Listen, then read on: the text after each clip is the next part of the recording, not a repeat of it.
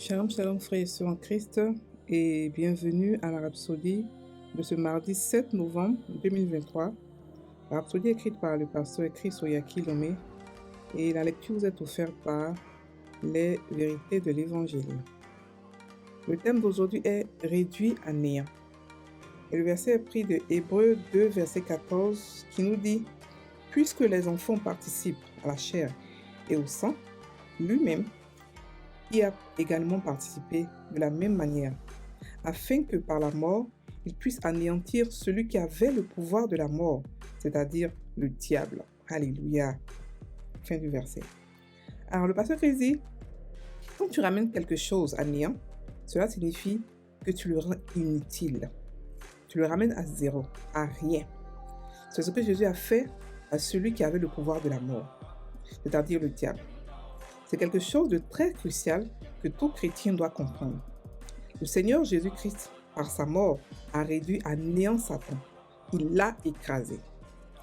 Paul, dans Colossiens 2, verset 15, réitère cela en nous décrivant comment Jésus, engageant Satan dans ce terrible combat en enfer, et le vainquit, ainsi que toutes les cohortes des ténèbres.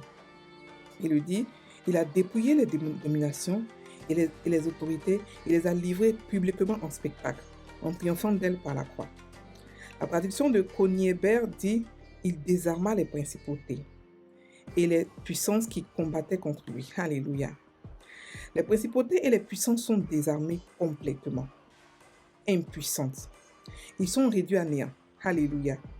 Dans 1 Corinthiens 2, verset 6, la traduction de Moffat révèle une vérité intrigante. Il dit « Nous dialoguons la sagesse avec ceux qui sont matures. Seulement, ce n'est pas la sagesse de ce monde ou des puissances détrônées qui gouvernent ce monde. » Fin du verset. Cela met en lumière la réalité selon laquelle, bien que ces pouvoirs puissent régner dans le domaine terrestre, ils ont été détrônés dans les domaines spirituels. Ainsi, la véritable puissance dans ce monde réside dans le nom incomparable de Jésus. Il n'est pas étonnant que la Bible dise « C'est pourquoi aussi Dieu l'a souverainement élevé et lui a donné le nom qui est au-dessus de tout nom, afin qu'au nom de Jésus, tous genoux fléchissent dans les cieux, sur la terre et sous la terre. » Alléluia. On peut le lire dans Philippiens 2, versets 9 à 10. L'autorité dont est investi son nom s'étend sur toutes choses. Chacun de nous a le privilège d'utiliser ce nom et d'accéder à son pouvoir inhérent. Utilisez-le contre Satan, les pouvoirs, les forces, les ténèbres et les circonstances difficiles et ils vous répondront. Alléluia. Fin de la Rhapsodie. Alors, aujourd'hui, c'est une Rhapsodie très croustillante, très intéressante. Le pasteur nous parle du fait que Satan a été réduit à néant. Frères et sœurs en Christ, beaucoup de chrétiens croient que on doit se battre contre Satan. Lorsqu'on parle de combat spirituel, on ne parle pas d'affrontement spirituel. Le combat spirituel dont on parle, dans la Bible nous parle, c'est un combat qui est déjà gagné de l'avance et qu'on le fait étant assis. On parle et on envoie les anges, nos paroles, le nom de Jésus, c'est ce qu'on fait. On ne combat pas Satan, on n'affronte pas Satan. Pourquoi? Parce que Jésus l'a déjà fait. Écoutez, Jésus est le grand frère qui vous défend, mais qui a déjà défendu tout pour ne pas que vous n'ayez à affronter les difficultés. Toutes les difficultés qu'on aurait pu rencontrer dans ce monde, il a déjà affronté, il nous a déjà donné la victoire. Toutes les difficultés, donc il a affronté, il est allé en enfer. Pour affronter Satan, il faut aller en enfer. On ne peut pas affronter Satan dans ce monde physique, ce monde-là nous appartient. Il est allé en enfer, il a affronté Satan. La Bible dit qu'il a dépouillé Satan, il l'a rendu à néant. Mais parce qu'il il est allé en enfer, il a dépouillé Satan, il a affronté derrière Satan. Nous, on n'a pas à l'affronter. Tout ce qu'on a à faire, c'est marcher dans sa victoire, tout simplement. Mais ici, le pasteur nous parle de quelque chose de vraiment important. Il nous dit que le pouvoir de Satan, en fait, est un pouvoir déchu. Il a été mis à zéro. Il a été rendu inutile. Son pouvoir a été rendu, ça a été anéanti. C'est-à-dire que celui qui avait le pouvoir de la mort, qui est Satan, ce pouvoir-là a été anéanti. Ça veut dire que, dorénavant, il n'a plus de pouvoir sur la mort. Ça veut dire que dorénavant, il n'a plus de pouvoir spirituel. Mais qu'est-ce qu'il fait physiquement? Il utilise les hommes pour pouvoir faire détruire, voler, égorger comme ce qu'il fait. Mais en réalité, il n'a plus de pouvoir. La Bible dit que Jésus l'a dépouillé. il a humilié. Alléluia. Il a humilié et il a rendu à néant. C'est-à-dire qu'il a rendu inutile. Il a rendu sans importance. Inutile, ça veut dire qu'il n'a aucune... Inutile veut dire que tu ne sers à rien. Ça veut dire que tu n'es pas relevant. Ça veut dire que ta présence égale à ton absence. Ça veut dire que il n'y a pas quelque chose qui fait qu'on peut te regarder. Il n'y a pas quelque chose qui peut attirer les yeux sur toi. Tu n'as aucun pouvoir, tu n'as aucune lumière, tu n'as rien d'attrayant, tu ne donnes pas envie de te regarder parce qu'il n'y a rien. C'est-à-dire qu'il n'y a rien que tu as qui attire. Tu n'as aucun pouvoir, tu n'as rien de relevant. C'est ce que ça veut dire. Alléluia. Donc, ici, et donc Colossiens, Paul nous explique bien en fait ce qui s'est passé là-bas. La Bible nous dit que quand il est parti en enfer, tout l'enfer est arrivé pour pouvoir le mettre à genoux, pour qu'il adore Satan. La Bible dit que non, il n'est pas allé faire ça. Il est parti au contraire, il les a choqués, il a dépouillé les dominations, les autorités. C'est-à-dire que Satan et ses chefs d'armée, ses chefs de royaume, il les a dépouillés, il les a humiliés. Il les a désarmés, les principautés, les puissances, les dominations, les autorités, il les a livrés, il les a humiliés devant tout l'enfer. Lui seul, avec sa volonté d'homme. Il n'est pas allé avec le Saint-Esprit. Il est allé avec sa foi et sa volonté d'homme.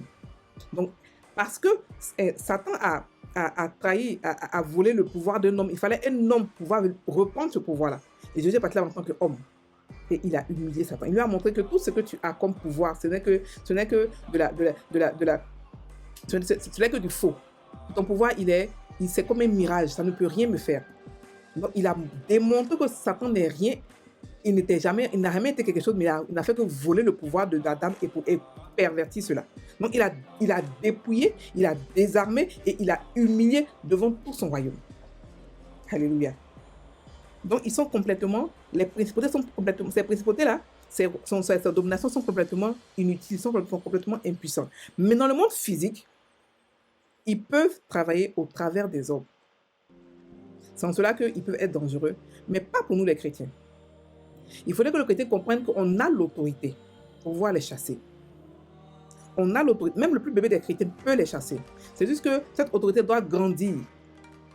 C'est de la même manière qu'aujourd'hui, tu as une autorité sur toi, après sur tes enfants, après sur ta famille, après ça grandit. L'autorité grandit par rapport à ce que tu gagnes pendant la prière, par rapport à la compréhension du nom de Jésus, par rapport à l'utilisation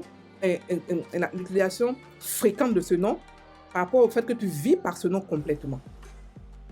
Parce qu'après ce nom-là, lorsque on l'utilise assez et que il devait maintenant, ce nom-là en fait notre nom de famille, mais il devait maintenant comme notre ADN. Donc maintenant, quand on parle quelque part, on n'a pas besoin de dire au nom de Jésus. Le nom là seul, on est devenu tellement le nom que le nom là seul fait fuir les démons.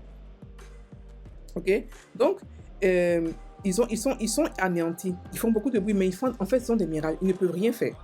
Parce que leur puissance, donc ça veut dire que comme ils sont déjà désarmés spirituellement, et comme on est dans un monde qui est physique, mais qui est gouverné par le spirituel, lorsqu'on est en face de ce genre de personnes, on part d'abord spirituellement pour pouvoir les chasser. Parce que comme là ils sont déjà désarmés, ils ne peuvent rien faire. On prend le nom de Jésus et on part les chasser, pas les désarmer, parce qu'ils sont déjà désarmés. On part les chasser spirituellement pour que le physique puisse suivre. Vous comprenez? C'est pour cela que et Paul dit que nous dialoguons la sagesse avec ceux qui sont matures. Seulement, ce n'est pas la sagesse de ce monde ou des puissances détrônées qui gouvernent ce monde. Oui, ils gouvernent ce monde. Mais le monde nous appartient. Ça veut dire que dans notre monde à nous, il veut nous commander. Non, on refuse. C'est notre monde. Le monde nous a été donné. Donc c'est notre monde, il ne peut pas le gouverner. Tant qu'on ne quitte pas ce monde, c'est notre monde, il ne peut pas le gouverner. Donc notre devoir, c'est de pouvoir le chasser, de pouvoir protéger ce monde, de pouvoir aimer ce monde, de pouvoir chasser le diable et le mettre là où lui et sa cohorte, là où il doit être en enfer, dépouillé, humilié et désarmé. Alléluia. Donc, nous devons savoir que c'est pour ça que la Bible nous a donné un nom puissant. Pardon, la Bible. C'est pour ça que Dieu nous a donné un nom au-dessus de tout nom. Un nom qui est à la fois spirituel et à la fois physique. Le nom de Jésus. Un nom qui est le nom même de Dieu.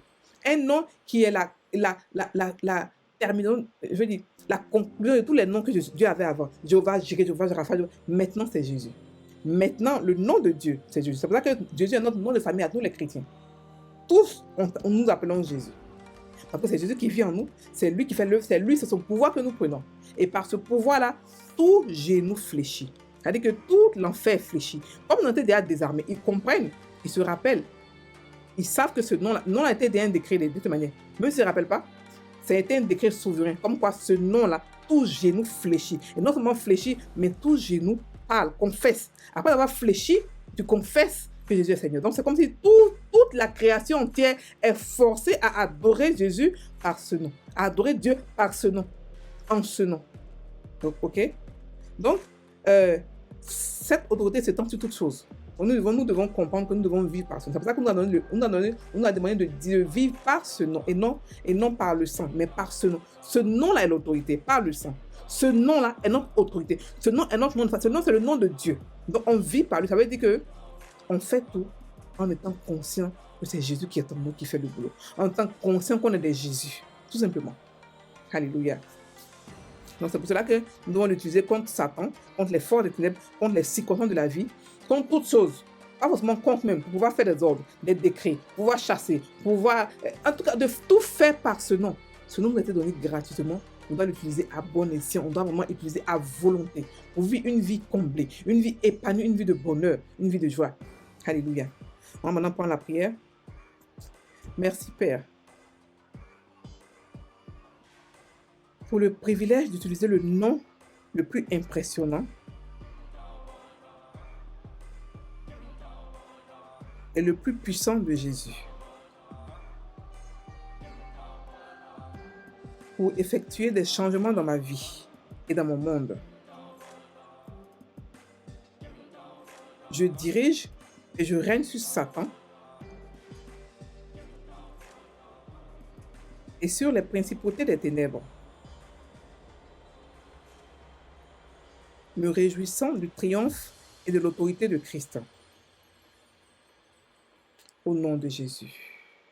Amen. Frères et sœurs en Christ, on va maintenant prier pour cette rhapsodie. On va dire merci à Dieu pour ce privilège parce que maintenant nous savons qu'on n'a pas affronté le diable, mais on a déjà la victoire par le nom de Jésus. Il était déjà dépouillé, il était déjà désarmé, donc maintenant il a notre merci et c'est nous qui dominons, c'est nous qui régnons. Par le nom puissant de Jésus, qui est notre nom. Alléluia. Boko sakarabo, keya sheke roba de ke sekeribo, rabo robo bonde keribo, kia sheke beribo, kinte ke seberibo, rabado keya soko shake teke sa. Oh, merci Seigneur pour ce nom merveilleux par lequel je règne, par lequel je vis. Je vis par ce nom. Je domine, je règne par ce nom. Je chasse les démons par ce nom. À cause de ce nom, oh, car ça, je fais trembler tout l'enfer tremble par ce nom. Ma voix fait trembler l'enfer, comme ça. Je connais mon autorité. Je connais ma valeur. Je connais ce que je domine et je règne sur Satan, je détruis ces deux, je le chasse. Oh, que sakatabalabokka. J'ai le nom le plus merveilleux de ce monde. Et rien ne peut contre moi, rien ne peut me déstabiliser parce que j'ai le nom, j'ai la puissance ultime de Dieu. La plus grande puissance de Dieu est dans ma bouche. Le nom de Jésus, qui est mon nom maintenant. J'ai été investi de ce nom et je règne, domine par ce nom. Oh, kata, je sais que ce nom-là, le Jésus a dépouillé. Il a désarmé Satan et toute sa cohorte. Et à cause de ça, à cause de cette victoire, je marche dans la victoire continuelle. Je marche dans la victoire infinie. Ma victoire est garantie tous les jours. Oh,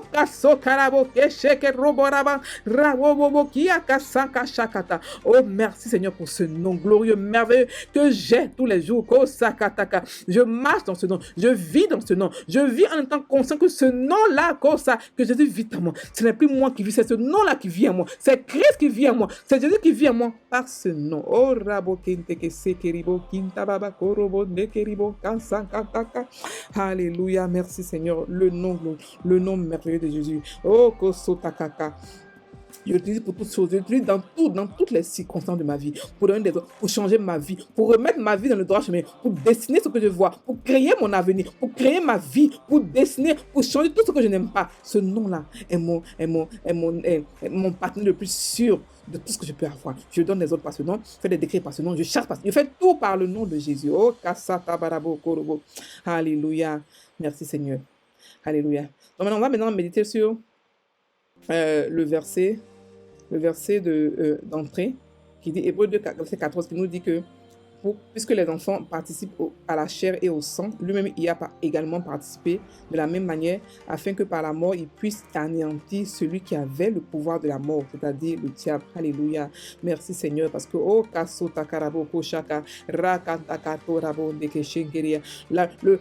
diable a été anéanti à cause de moi. Il a été mis à néant à cause de moi. Il a été détruit à cause de moi. Donc je n'ai pas encore le détruit parce qu'il est déjà détruit. Il est déjà déchu. Il est déjà inactif. Il est déjà non relevant, pas relevant. Donc ce que je fais, c'est le maintenir à sa place là où il doit être. Comme ça, dans l'anonymat, dans l'ignorance totale. Et je le maintiens par le nom de Jésus. Par ce nom, je domine sur ses œuvres. Par ce nom, je règne et détruis ses œuvres. Par ce nom, je sais, car je prends ma place de reine et je domine et je règne par ce nom. Oh, kaso kiribo, karabonderibo, kiribo, kantaka, soko, shekeberibo, kantaka. Donc, je n'ai plus peur de la mort. Oh, kasa. Parce que celui qui était la mort, il a été anéanti. Il a été mis à néant. Oh, et à cause de cela, la mort n'a plus d'impact sur moi. La mort n'a pas de pouvoir sur moi. Ni la maladie, ni la mort, ni le vieillissement, ni rien, ni le péché. Je domine sur le péché. Je domine sur la mort, sur la maladie. Oh, kasa, katabarakonta. Par le glorieux, par le puissant, par le merveilleux, le parfait nom de Jésus. Oh, en qui, dans ce nom, investit toute la puissance de Dieu. Ok, Sekero. Toutes les puissances de Dieu sont en un seul nom, le nom de Jésus. Et ce nom-là est dans ma bouche. Ce nom-là m'appartient. Ce nom-là est ma carte d'identité. Ce nom-là est mon identité. Oh, Kasoto Korobi, Keseberibo. Alléluia. Merci Seigneur. Alléluia. Soyez bénis, passez une bonne journée.